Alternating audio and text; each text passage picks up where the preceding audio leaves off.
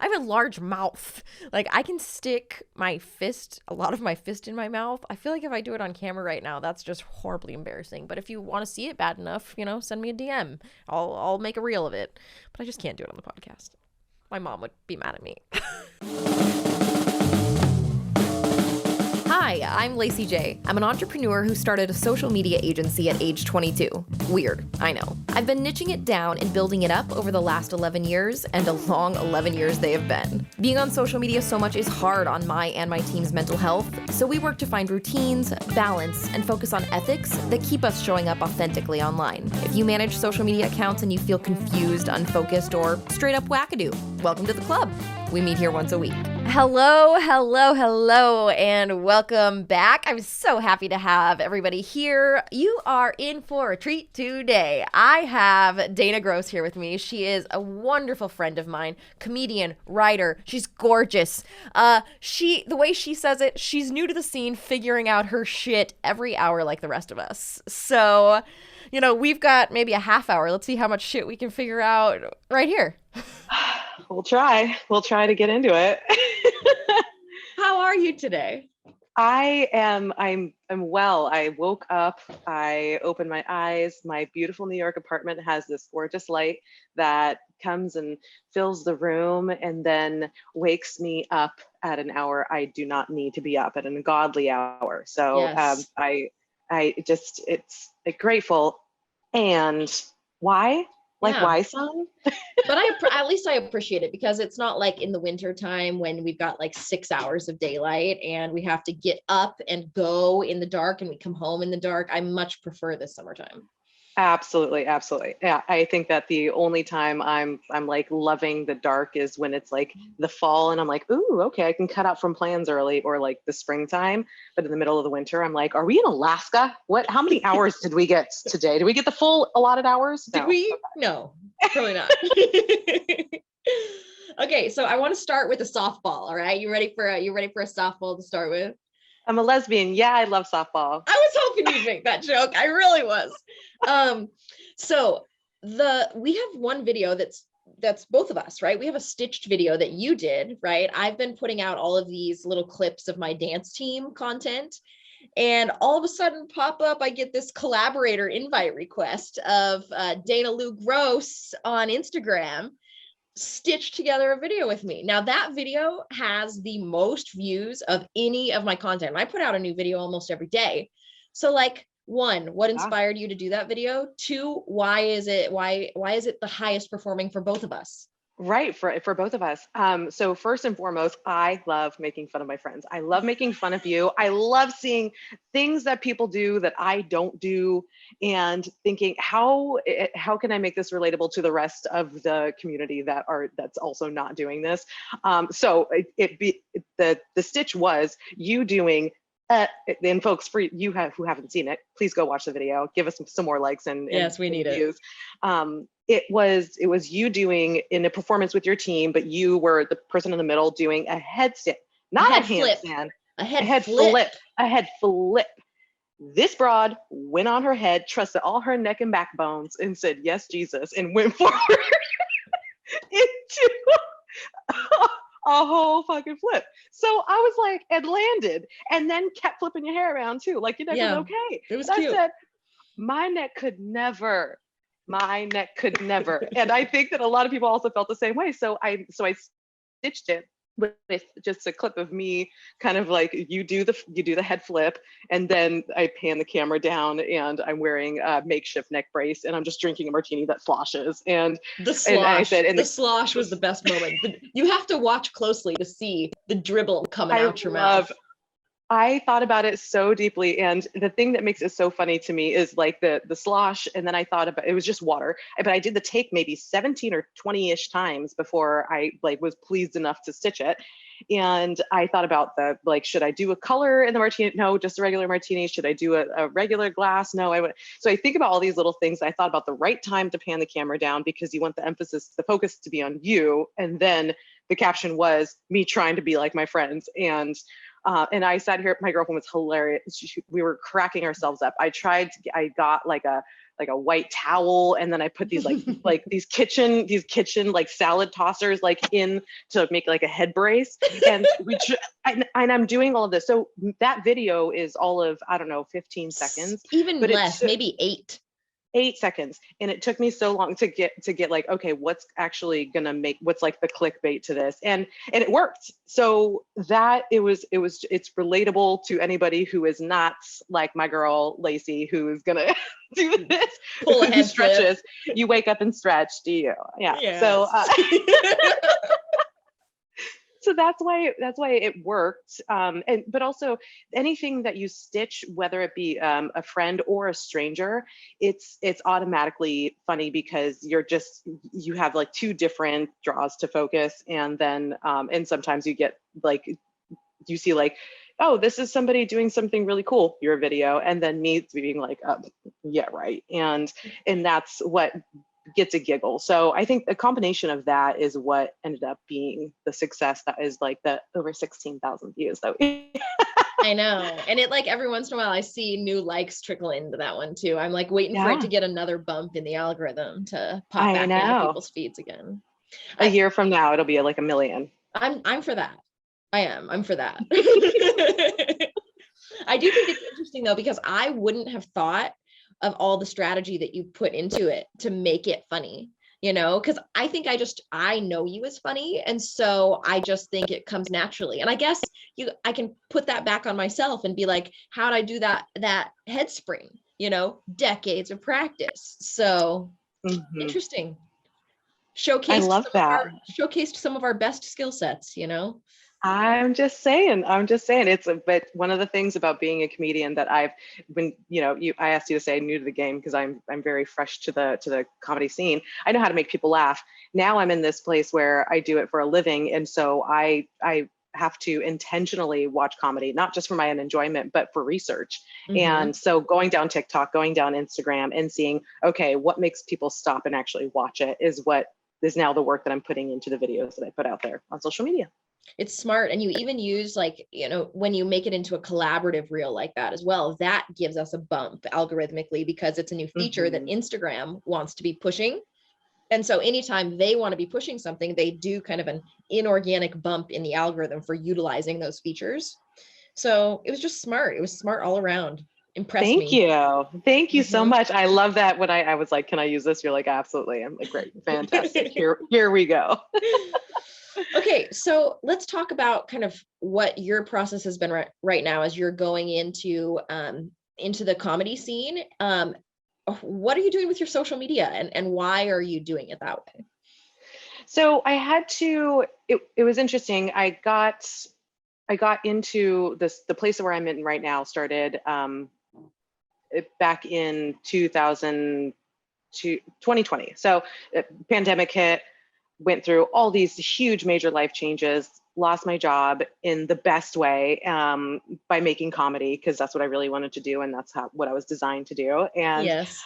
I started having, like, I took comedy, I finally took it from like just a thing that brings me joy to like, okay, this is now my job. And with any job that I have, I was doing research and going into and watching masterclass on writing and kind of pulling all of these resources together. And the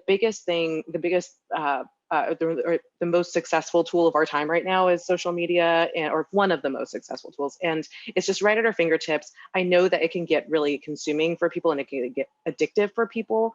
And I fortunately I'm not addicted to it. I use it as just other things. What it's intended for. Yeah, just other things. Yeah. So, several. Yeah.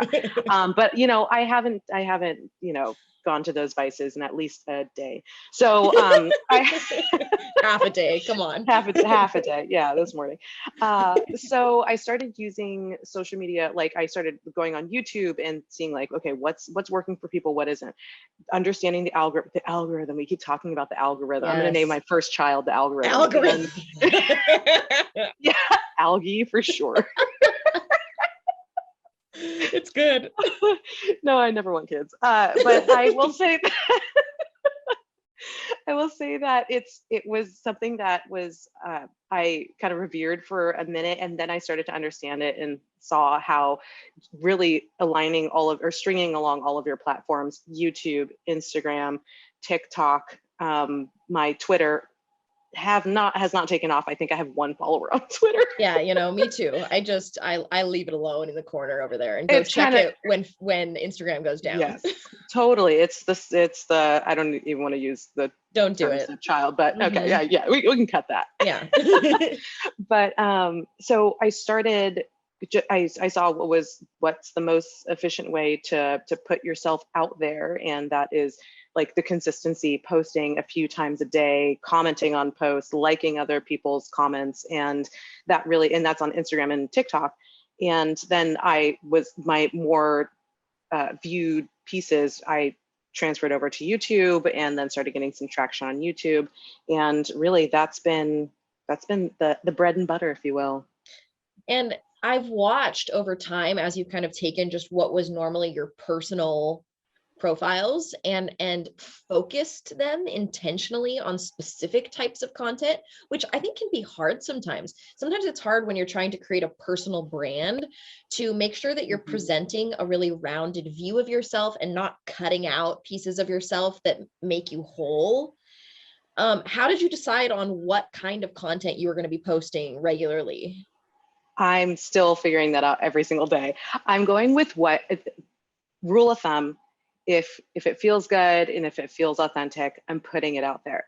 I am not, I'm learning that I'm not just one thing. And like we get kind of go into in life and pigeonhole ourselves into Yes. being like this one thing, or defining ourselves by this one thing. So I have my emphasis of my cooking at home, making cocktails at home, which I absolutely love to do. And that's just what I do every day, and I love to do it. So I love to share it with people who want to hear me do comedy and rants. And then so I have like that little bucket, and then I have my comedy, which is just really infiltrates every part of my life because it's woven into my DNA. And then I also have my travel, which is another thing woven into my DNA. And just how I was designed is that I love to go and get out there. So I took the things that came as natural to me, where I just really things that I would, when someone asked me, what do you do? Or how are you? Or what I talk about is travel, cocktails, and being funny. And so like, so that's what I thought, okay, let me just start with this. And then the traction starts to come to you. I mean, really, it's the authenticity, being sure, the authenticity, and I think transparency. Now, the other part to your question, the transparency sometimes is when you're asking like what I can choose, what I do choose, or how I choose. I can get myself in trouble sometimes, or even like back up a little bit when I share something that I think is like, oh, everybody can just know this information. And then I get feedback from family or a partner or friends who are like, oh, maybe that was like a little bit too much. And I'm like, oh, okay. Yeah, maybe. I don't know. Who do you trust enough to listen to if they tell you it's too much? Ooh, first of all, I sort through the junk mail. I do not look at comments. I do not look at the people in the comments that are haters, or even people in my DMs who make suggestions. If you don't know my middle name, you ain't got to say. That's first and foremost, right? So people who I feel seen by is a very small pool of people. And also, and my apologies for the New York City truck driver who's just revving his engine in front of my window right now. So rude. So rude. I do love that I have a pool of people who know me and love me, and also that sometimes like I have to not separate from them a little bit because they know me so well, and they're not going where I'm going. So Yeah. sometimes it's really just kind of trusting my gut. And so there's that. Mhm. I think I maybe adequately answered that. I think so. There's not I ask because there's not a lot, there's nobody on my list that I listen to who, if they tell me that it's too much I of something. I I had love somebody it. just today try to give me an inspiring speech about maybe if I dressed a little nicer, I would get more respect. And I'm like, fool, this is on purpose. First of all, this is sponsored by Old Navy, and they would not appreciate. Who says that? I know, it's fine. It's fine. I broke Yeah, up with him a because you're while not ago. listening. Okay. He's dust. Oh man. Oh my gosh. So as you've been working on kind of creating this focused, intentional, consistent content, where has the friction been? Like, where is it not easy? Where does it itch at you and it makes you frustrated? Where's the friction?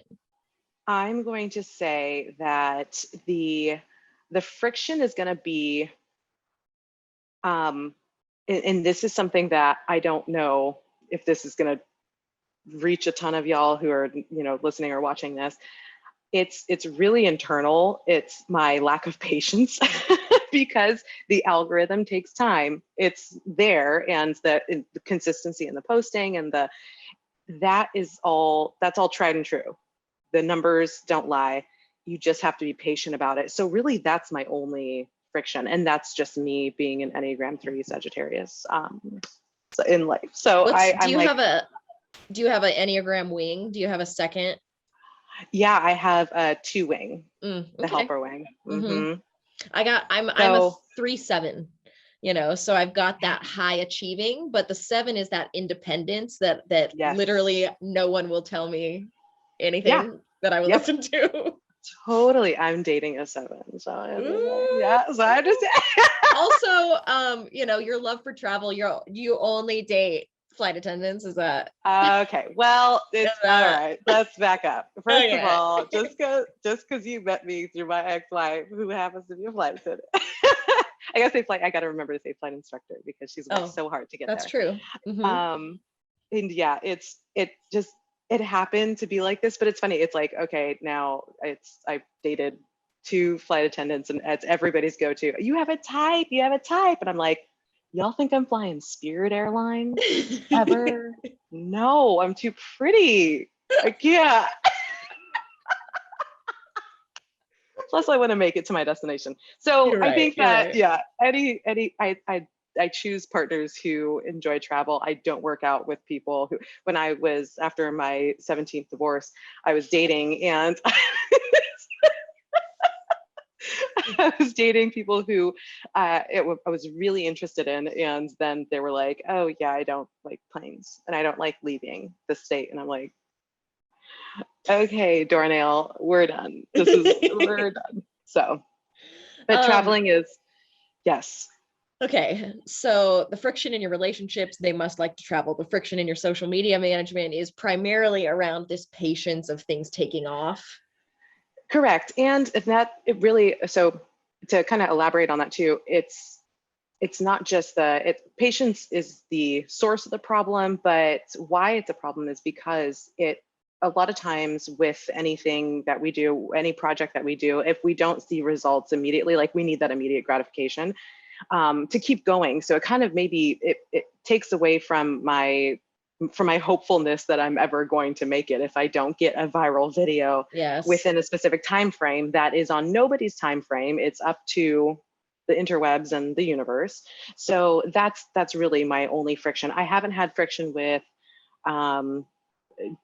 thus far with trolls. I haven't had friction with the coming up with content, again, because I go with what is funny to me and what is relevant to me, and people like it or they don't. So, and really that's, I think, how we can be successful in whatever we do. I think some of my friction comes from like the actual technical side of social media when I'm editing video content and, trying to get the stickers right and the captions right. And for God's sake, Instagram stories, if I accidentally mislayer something, I've got it in the right spot and then I touch the thing behind it and now it's behind and now I've got to, like that kind of frustration. I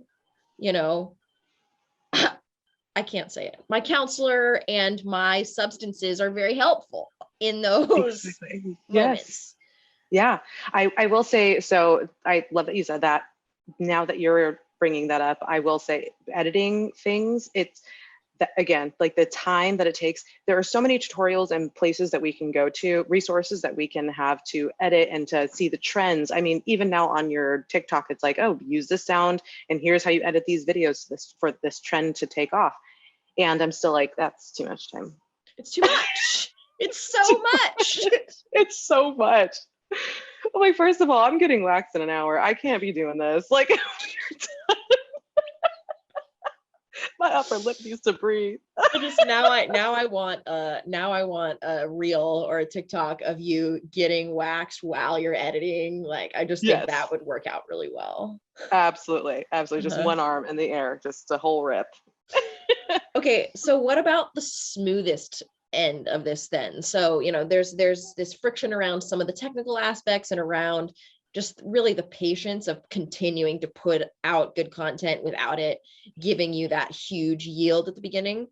But what feels so good about what you're doing on social media right now? What gives you those great dopamine and serotonin hits when you're working on this? Oh, I think that Reels over TikTok. So TikTok, you know, you have to, people who see your content, they don't have to follow you, but they go on their For You page and then stay on their For You timeline. And so you're seeing the same people or people that you like. With Reels, you don't follow anyone on Reels. They are just presented to you. And so the exposure on that front has been really great in that I get new people with, anytime I see a laugh emoji, the crying laughing emoji, that's my favorite. Like, that's a hit right there. Thank you. I love that so much. And I think how easy Instagram has made Reels and even just Instagram posts, how easy it is for your exposure for you to be out there is like, that's fantastic. On the negative end of the editing and all the technical things, I really appreciate that every new version of TikTok and Reels they always change the editing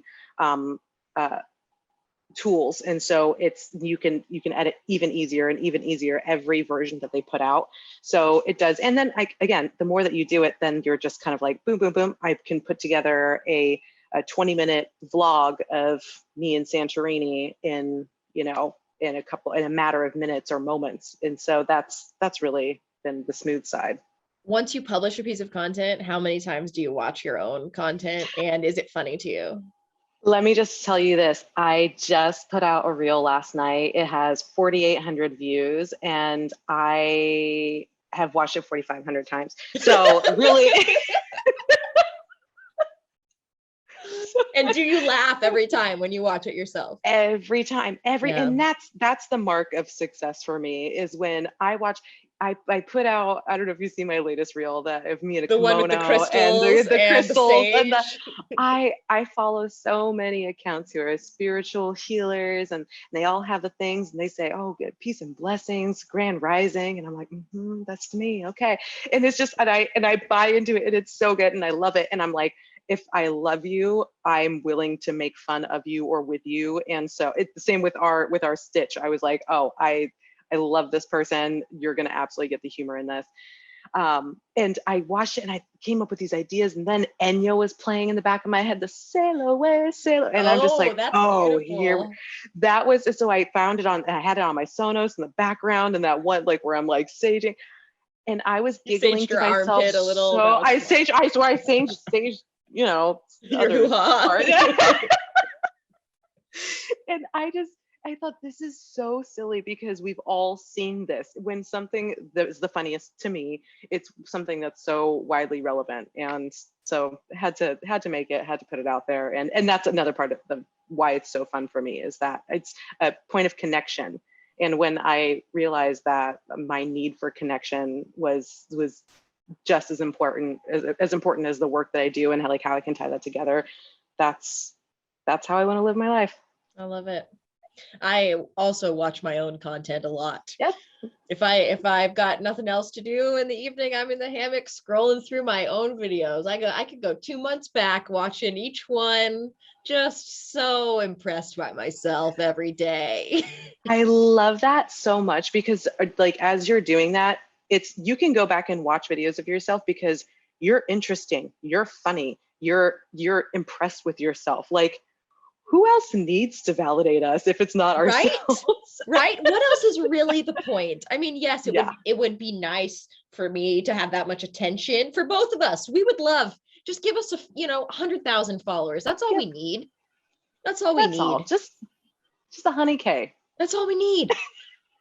But we can keep watching our own videos 4,500 times and we'll just keep that mark going up, I absolutely love it. And then send them to each other. Oh my gosh, look at how funny I am. I woke up funny again. And pretty. So pretty. And pretty. So pretty. Hey, if you're looking for ways to build your foundational social media strategy skills, we've got a course for that. I worked with Adrienne Harvey, who's the lead digital strategist at Spry, has a master's in digital media, and has worked in digital marketing for over 10 years to create this course. The course is called Social Media on Purpose, and it takes all of the lessons we've learned over our combined 24 years in the industry and distills them down into bite-sized lessons for you to enjoy. If you're interested, check it out at thinkspry.com/courses. Also, we're kind of cute and funny if that's important to you.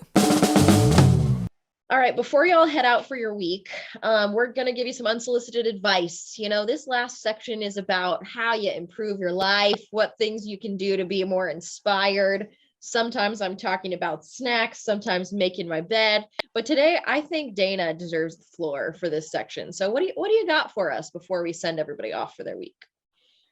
Okay, I think that the most important and relevant life advice that I have worked with my life coach with and that I've received recently is figuring out what my needs versus my values are. And so your needs are your basic needs of what you need to, so yes, as humans, we need, water, we need sleep, we need food, we need things like that, right? But needs are also, if you Google needs versus value test, and you can see it's a personality quiz, and you can see like the needing validation, or verbal validation, needing, X, Y, and Z. So number of questions. And once those like 5 basic needs are met, then your values is what comes after that. Values are like your wants, really, or like who's like true to you. So then you start going down the list of like your values are do you like to adventure? Do you like to travel? Do you like the, and I found that after taking this test, I had all of my needs, my values. I just felt like, oh my gosh, this is who Dana is and like what I need. So it really has helped this season of this period of my life where I am starting, I'm brand spanking new and green in comedy. I am trying out these new avenues on social media to get out there and to gain exposure.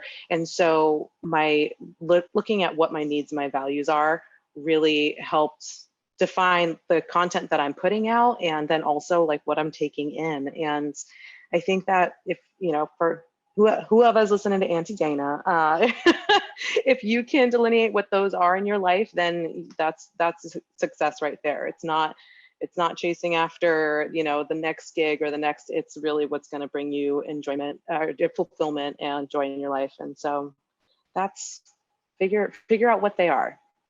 It's integration. Needs and values.